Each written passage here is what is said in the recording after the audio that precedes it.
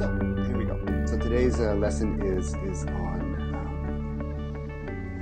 3 ways to be a better Aikido teacher.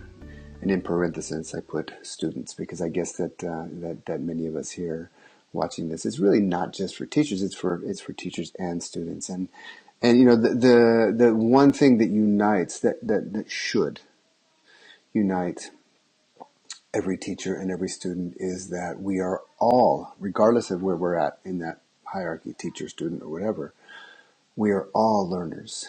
And it is important, you know, as a teacher, to be in a way, the best learner in the room. And as a good student, we want to constantly there to learn. So it's really about knowledge and expanding our understanding and knowledge and expression of ultimately wisdom that makes somebody an exceptional teacher and an exceptional student.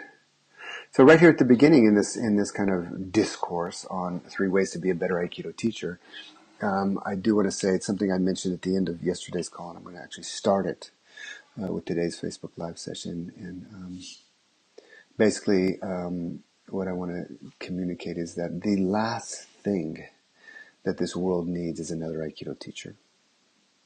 The last thing that this world needs is another Aikido student. It's good to have Aikido teachers, it's good to have Aikido students, but what are the world's needs? Does the world need an Aikido teacher? Does the world need another Aikido student? We have lots of them, and the world is doing fine or doing not so fine with or without Aikido teachers.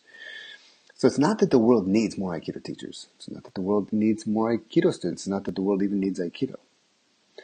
What the world needs, if you look around at the world and what are the needs in the world, what the world needs is men and women who are dedicated to a higher path of Aiki.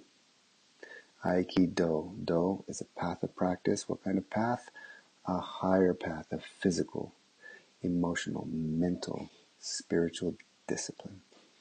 And in that path of practice, we go through purification. The smaller parts, the less evolved, the less awake parts of ourselves become more evolved, become bigger, become more awake, and we are able to actually help the world in a way that is healing.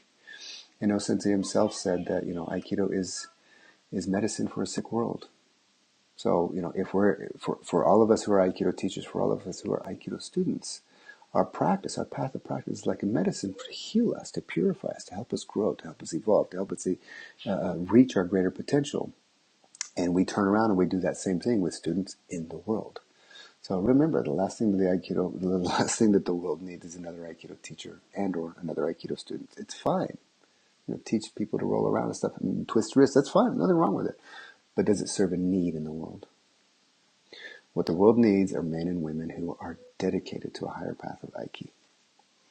So just keep that in mind as we kind of go through this discourse on 3 ways to be a better Aikido teacher. And hi, Mandy. Nice to see you. Hey, Kelly. Nice to see. Kelly puts a quote, "The art of peace begins with you." And I believe that was from Sensei. Thank you, Kelly. It's really beautiful. Okay, so I'm going to go ahead and dive into this discourse on 3 ways to be a better Aikido teacher. At the beginning, let's just kind of ask the question, why is it important to be the best teacher that you can be? Why is it important to kind of reach your fullest potential? Hi, Jet. I'm into you as well. So why is it important to be, by the way, Julie was just sitting here. Don was sitting in this chair. Julie's a friend of mine from Tampa. And her husband, Don, is here on a business trip. And he was just sitting here in the living room. We had a nice talk. Let me just close my mail so it doesn't ping me. All right. So I'm going to get into this, guys, I promise. Hey, Tony. Nice to see you. So why is it important to be the best teacher you can be? Why is it important to realize your fullest potential as a teacher? Well, you know, when it comes to guiding people, it is a huge responsibility. And I mentioned this again in one of the previous Facebook Lives in this series. There's teachers and there's teachers. You know, there's teachers that hey, Richard Jacobson, nice to be with you. Again, if you got questions, just put them there. I'll get to them at the end of the call today. But remember, there's a teacher that just is more like an instructor, and that you know, just kind of share knowledge and they take on more knowledge. And then there's teachers of a path, which are to a certain degree, we are taking on the karma of the students. And that is a huge responsibility, because if that relationship gets broken, then like Frager Sensei says, like Robert Frager Sensei says, the karmic consequences are doubled. So it's super, super important to be the best teacher that you can be. It's a huge responsibility because people are following in our footprints. And the question is, where are we leading them? We need to be highly responsible for that. There's also a big responsibility to transmit the essence of the art as it came from our teachers into us, what we've learned and what we turn around and transmit to our students. I'm not talking about preservation. That might be fine. You might be preserving a style and you do it this way, and my teacher did it. I've actually heard senior Aikido students say that my teacher who's passed away did it like this, and I don't have the privilege to change it. Okay, that's fine. That's a choice. But I believe that what we don't have a privilege to not transmit the essence of the art. And if the essence of the art requires that we evolve and change, so be it. Why is it important to be the best teacher, to reach your fullest potential as a teacher? Is so you can also reach your fullest potential as a human being. Because, when we evolve as teachers, we're actually evolving as men and women. And, that's kind of what we were born here to do, to continue to grow. And when it comes to individual growth, that's one thing, but we also need to help the community, the Aikido community grow. And I believe we are responsible to help the art grow. Because for Aikido to reach its fullest potential, not the individual, not the community, but for the art to reach its fullest potential and have a greater impact in the world, Aikido needs us. We don't need Aikido. Aikido needs us. It needs to come through us. Aikido needs us to be the best that we can. And then, like Sensei said, Aikido is medicine for a sick world. We can actually have a healing effect on life. So that's why it's important for us to be the best teacher that we can be. Now, when it comes to the 3 ways to be a better Aikido teacher, wow, there's so many different ways we could approach this. But I've chosen to look at a kind of a developmental model called waking up, growing up, and showing up. Waking up, growing up, and showing up are 3, in kind of in a spiritual path. This is the way that a person evolves over a period of time. And each one of those phases has its own kind of qualities and its own indicators and things that you need to pay attention to during that stage. The waking up stage basically means waking up to states of experience that the normal mind does not experience. The normal thinking mind, the normal rational mind, the normal linear mind, the normal kind of daily life mind doesn't get. To wake up means, to wake up means to wake up to our greater potential. To wake up something that's outside of our self,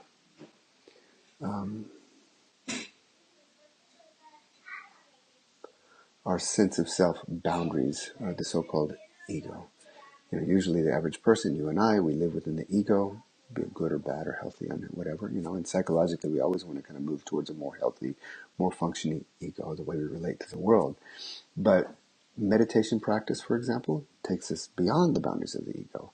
Aikido practice, when we go to the level of the principles, the ego has to relax to a certain amount for us to experience center.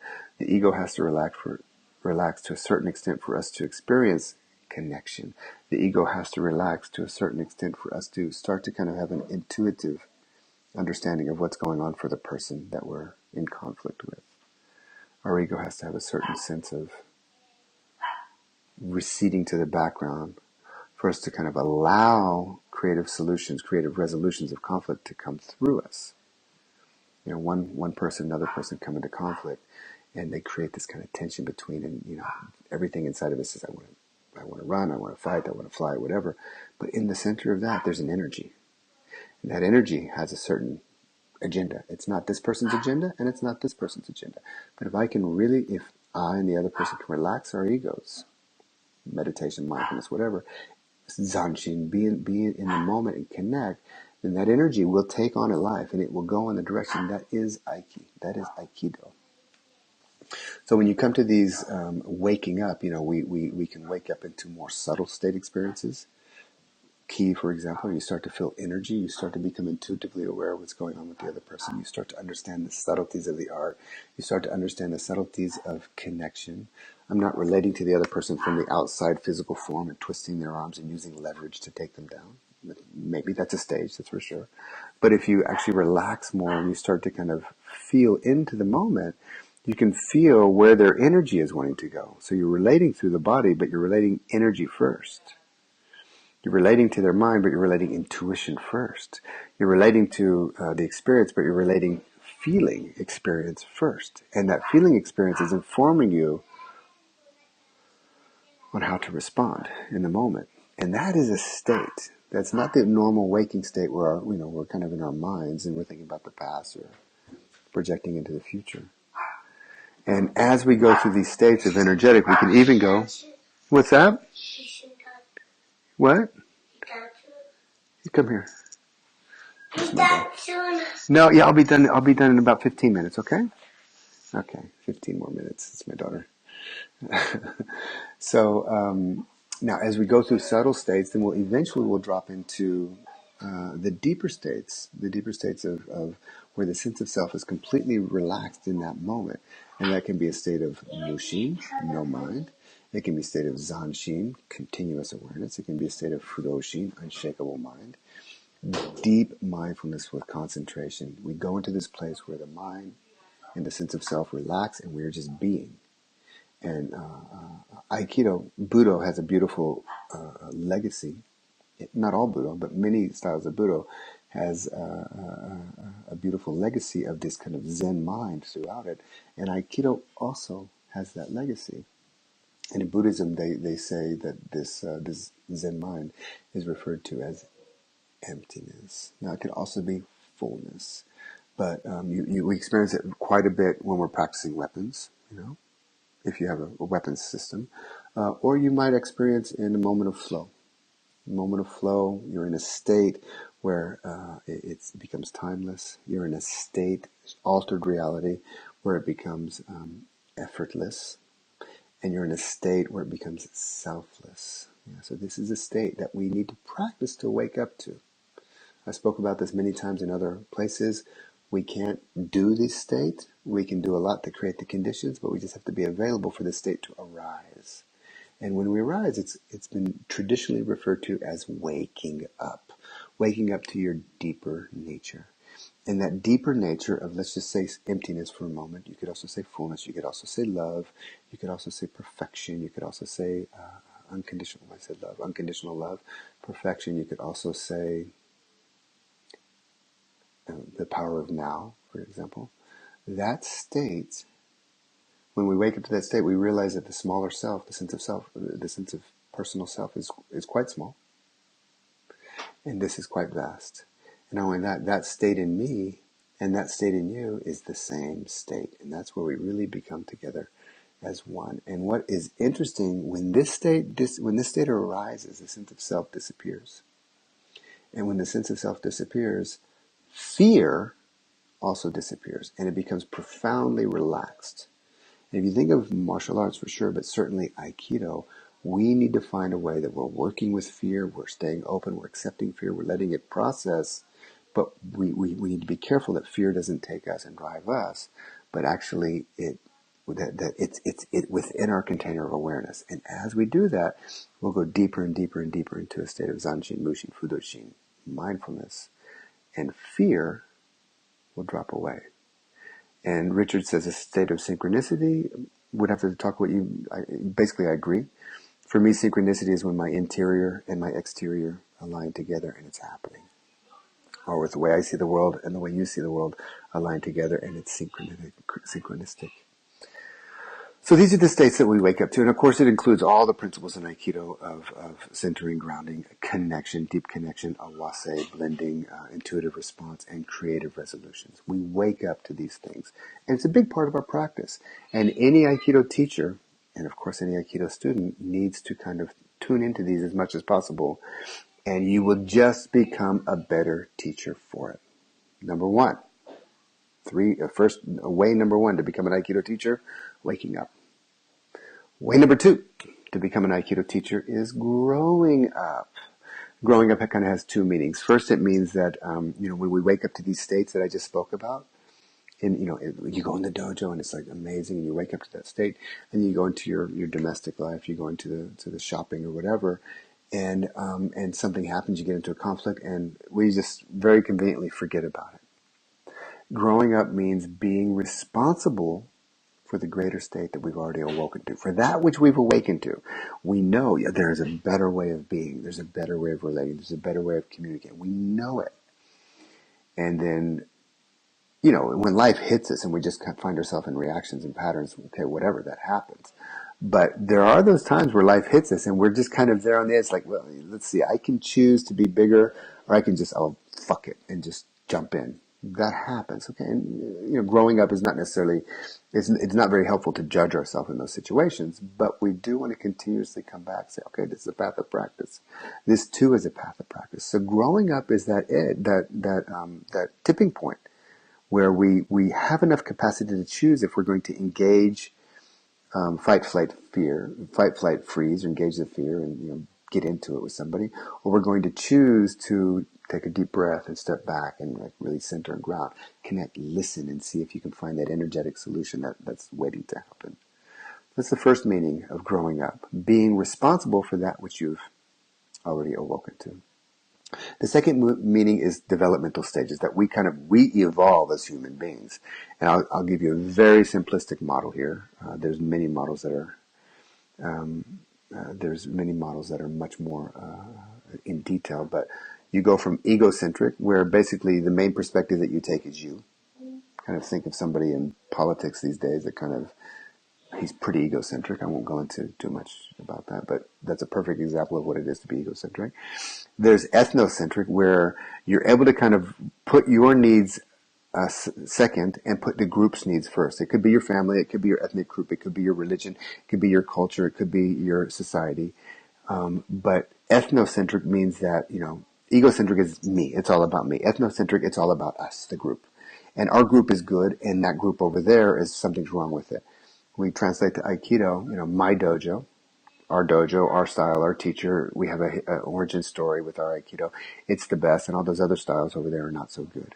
And when push comes to shove, they're actually wrong, and we're actually right. That's ethnocentric. Ethnocentric kind of it's a bigger boundary than egocentric, and its awakening is it's definitely growing up from egocentric to ethnocentric, but it's still limited. And then as we continue to evolve, we'll move from ethnocentric, as we start to kind of struggle with those boundaries and we grow, we'll move into world-centric, which is I can begin to take the perspective, not just of myself, and not just of me and my people, but actually of all the people in the world and all the groups. It's like, yes, there's an ethnic group here, there's a group there, there's a group there, there's a group there. It's very pluralistic, it's very a diversity of perspectives. This is growing up. I can actually understand, sure, I'm white and somebody's black and whatever, I'll never be a black, but I can energetically, I can emotionally, I can empathetically put myself in their shoes and understand them. I can empathetically understand somebody Japanese, a Palestinian, a Jew, a European. World-centric is when you start to grow up into bigger and bigger perspectives. And it's a very important, it's super important, and if you think of your own Aikido practice, maybe your own life, we all went through those stages. Hopefully we're at a stage of world-centric, but, like I started Aikido in a pretty pluralistic dojo, and then I went to Japan and I was in a very ethnocentric dojo. It was good. It was beautiful. There was a lot of goodness there. There was a lot of truth there. There was a lot of beauty. It was ethnocentric, and it had its limitations. And now I kind of, who knows, maybe I have my bad days and I'm very egocentric, but now I actually recognize the beauty of all groups. And I also see the limitations of many groups, and I see the strengths in many groups. And there's a certain freedom. When you grow up, you create a certain emotional agility that you can step into other perspectives. So that's growing up. Now, evolution, that trajectory from egocentric to ethnocentric to world-centric is an evolutionary movement. And it's important when you're growing up that evolution continues to evolve. And just be careful that, or be aware, as a teacher, if you really want to be a better Aikido teacher, if you want to reach your potential, pay attention to any arrested development where you're fixated on something and you're kind of attached to it. That will stop you every time. No, I'm okay. few more minutes, sweetie. That's my daughter. Way number 1, waking up. Way number 2, to be a better teacher, growing up. Way number 3, to be a better teacher, is showing up. That you're able to show up from a greater perspective. Now, it's important to understand that perspectives are not given. Perspectives are earned. Perspectives are not given. Perspectives are earned. We have to practice. That's why we have practice. We have the practice to earn perspectives, and they are developmental privilege. So the more we develop, the more we're able to take those perspectives. And we also understand that people that have not moved through these developmental stages can't really hold that perspective. And we understand it. We're able to contain it. And as a teacher, we help people move. We do the work to help people move into greater and greater perspectives by coaxing them, by teaching them, by standing in a bigger place and just being an example, being a model. This is showing up. When waking up and growing up, when you've done the waking up work and the growing up work to a sufficient degree, and I just need to rearrange my notes a little bit. When you've done the waking up work and the growing up work to a sufficient degree, showing up happens automatically. You begin to move through the world in a very different way, and you manifest. Let's just take Aikido. You manifest center, or you manifest connection, or you manifest grounding, or you manifest listening, or you manifest flow, or you manifest blending, or you manifest, like I said, connection. You manifest these things automatically as the world is asking for it. So when the world is asking, or when there's a need in the world for somebody to be strong, strength manifests. When there's a need in the world for somebody to be compassionate, compassion manifests. When there's a need in the world for somebody to be wise, wisdom manifests. And this is showing up. Showing up begins to be an expression of who you are. And remember, you have to do the waking up practice to a satisfactory degree, sufficient degree. You have to do the growing up practice to a sufficient degree. And then showing up begins to happen automatically. Now they do, in Buddhism, they call this the training of wisdom. There's 3 core trainings in Buddhism. There's ethical, moral training, your behavior and your words, your speech. There's there's concentration training, training of the mind, and then there's wisdom training. So as the wisdom begins to manifest, you're able to kind of let that come more. And then you begin to move through the world in quite a different way. So these are the 3 ways to be a better Aikido teacher: waking up, growing up, and showing up. And just like yesterday, I'm going to go ahead and give a bonus session. A bonus teaching here. And the bonus is cleaning up. Now, cleaning up basically means shadow work. That means that all of us have a psychology. And in that psychology, there's some stuff in our shadow that we're not aware of, that we've kind of disowned. Aspects of the self that we've pushed out of the sense of self. And if we don't give that attention, if we don't work, if we don't do therapy, if we don't do some type of inner search, not just spiritual practice, but therapeutic practice, psychological practice, if we don't do that, then our shadows, despite our best intentions, our shadows are going to pop up and bite us in the backside, usually when it's kind of a crucial moment. So shadow work, this is the bonus teaching for the three ways to become a better teacher.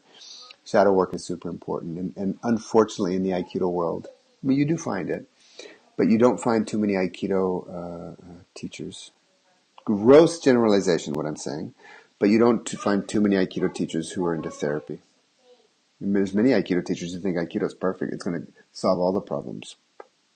Don't know where that came from, but you find more women. Women are a little bit more available for this stuff, but you do find a certain amount of men, and thank God, that there are men and women who are also doing that are cleaning up their shadow and becoming more self-aware of who they are. So I would say that the 4th is cleaning up his shadow work. It's amazingly important, and not only do individuals have a shadow, unresolved fixated issues, but groups also have shadows, unresolved fixated issues, and styles of Aikido also have shadows, unresolved fixated issues. So it's quite a big amount of work that we have to do. But remember, Aikido needs us. And I said it before and I'll say it again, that the last thing that the world needs is another Aikido teacher. The last thing that the world needs is another Aikido student.